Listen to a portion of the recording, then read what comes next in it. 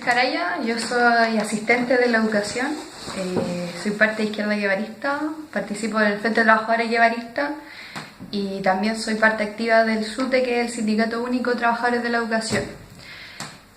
Bueno, más o menos pasé un recuento del trabajo que nosotros hemos desarrollado. Bueno, el auge del movimiento estudiantil del 2011 hasta este tiempo nos ha permitido a nosotros también, a los trabajadores de la educación, poder incidir un poco y tener cierta opinión con respecto a ciertas cuestiones que están pasando hoy en día con respecto a la educación en Chile.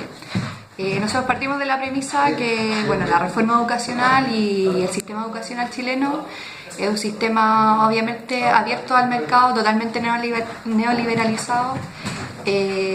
Hoy en día tenemos por un lado colegios que son parte de municipalidades, no del Estado, y tenemos por otro lado colegios que son particulares, que son netamente dependientes de sostenedores privados o de grandes empresas, ¿ya?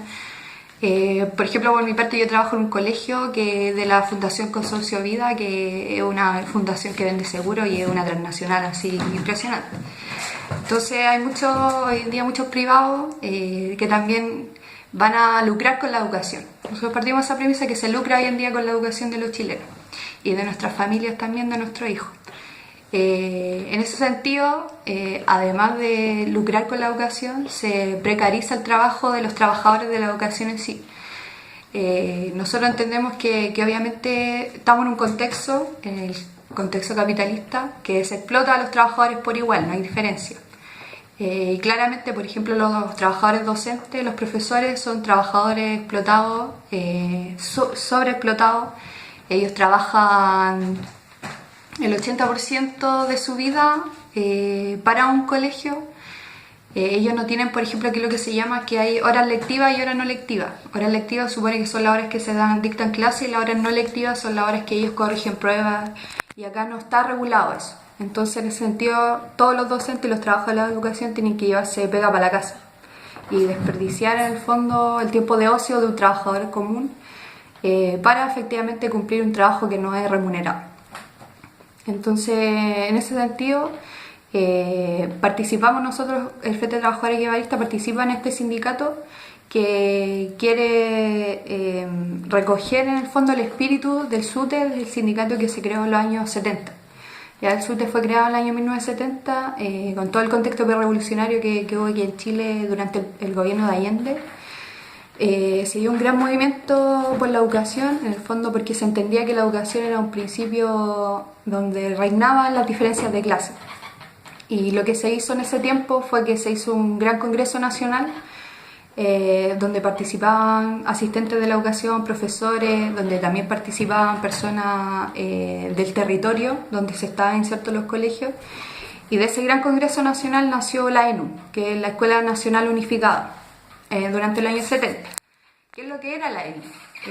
La ENU era un proyecto que significaba que todos los trabajadores, los hijos de los trabajadores, podían levantar un liceo único o un colegio único, sin diferencia entre colegios particulares subvencionados o colegios científicos, humanistas o técnicos. Que los colegios técnicos lo que se hace en el fondo es que se especializa a un estudiante para que el día de mañana sea una mano de obra barata en las empresas, las grandes empresas. Obviamente esto venía a romper un poco las diferencias de clase bajo principios democráticos, bajo un principio no excluyente, y esto le pareció obviamente a la derecha reaccionaria y a los grandes capitalistas algo absurdo. O sea, ellos no podían pensar que un hijo así de la burguesía estuviera en un mismo colegio que un hijo de la clase trabajadora. Eso fue en la época de Allende, ¿no? Eso Hay fue en la una época de película ahí que, ¿cómo se llama? Machuca. Machuca, sí. Machuca sí. Recoge un poco lo que es la experiencia de la Escuela Nacional Unificada. Buena esa película. Sí. Entonces, en ese sentido, lo que se hace fue que después, por presión, se presionó mucho al gobierno de Allende para que bajara la ENU, y la ENU al fin y al cabo se terminó bajando y se terminaron especializando los colegios.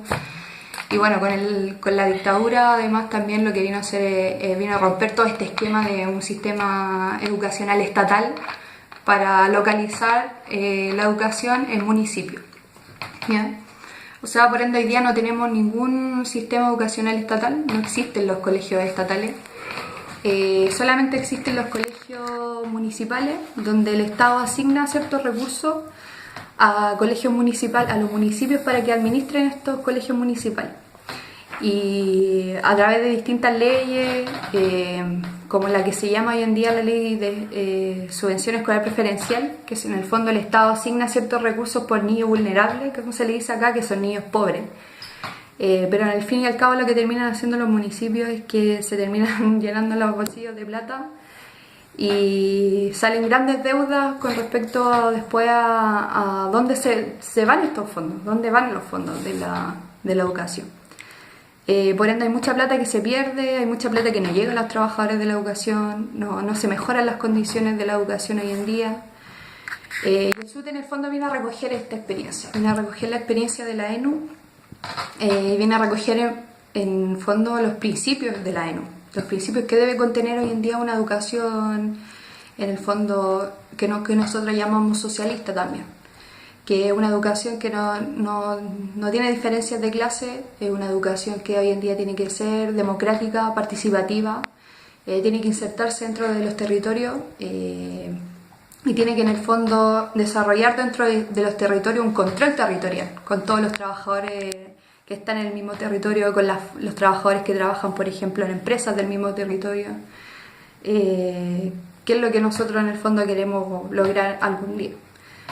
Hoy en día nosotros lo que estamos haciendo es que, bueno, principalmente a partir de la reforma educacional del gobierno de Bachelet, lo que se hace es que hay 3 aristas de la reforma educacional en la que nosotros hoy en día estamos en contra, que es, bueno, la reforma educacional contiene la gratuidad, la famosa gratuidad, que no es gratuidad, sino que es mayor asignación de becas para personas de escasos recursos, como se le llama, el proyecto de municipalización y el proyecto de carrera docente.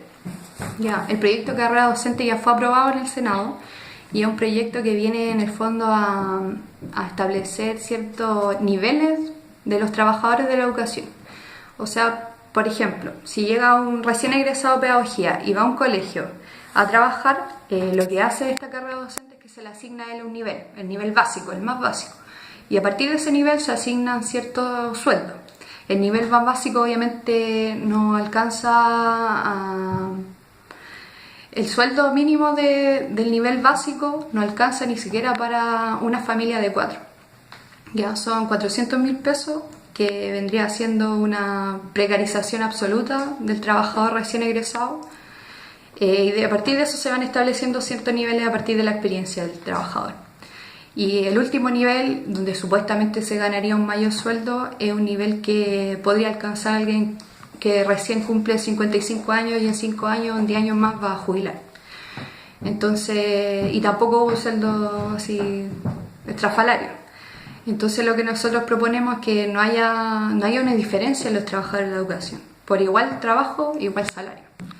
Y esto para todos los trabajadores, porque aquí igual se excluye, por ejemplo, a los trabajadores que son auxiliares de aseo. Ellos son los más precarizados, son los que tienen que hacer el trabajo más sucio y ganan un sueldo mínimo, que obviamente eso no les alcanza para nada. Y los trabajadores que son auxiliares de aseo suelen ser personas muy mayores, como aquí en este país, bueno, el sistema de pensiones, un sistema netamente abierto al mercado. Un trabajador que se jubila recibe 150.000 pesos, 100.000 pesos, 80.000 pesos y claramente con eso no se puede trabajar, no se puede vivir. Entonces, ¿qué es lo que tiene que hacer un trabajador de 65, 70 años? Seguir trabajando. Y esos son los que trabajan hoy en día como auxiliares de aseo en los colegios. Nosotros entendemos igual que este movimiento tiene que ser un movimiento social por la educación, porque se suele sectarizar un poco lo que es el movimiento estudiantil con el movimiento de los trabajadores de la educación, pero la idea es que nosotros unamos este movimiento, porque en el fondo los hijos de los trabajadores, los que participan principalmente en el movimiento estudiantil, son los que están recibiendo la educación nefasta que hoy en día hay en Chile.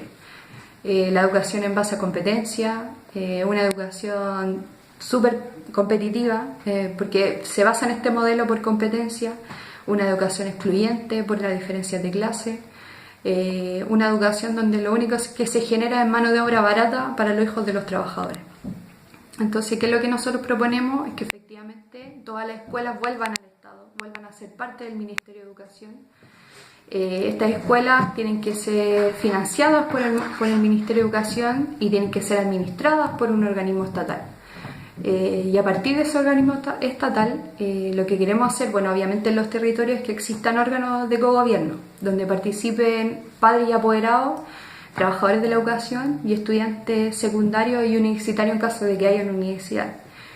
Y en ese sentido, que los mismos territorios puedan controlar la educación, puedan controlar lo que se quiere impartir, lo que se imparte hoy en día, puedan controlar, bueno, los planes y programas, y puedan controlar también el financiamiento de la educación, porque hoy en día el financiamiento de la educación solamente va a un privado.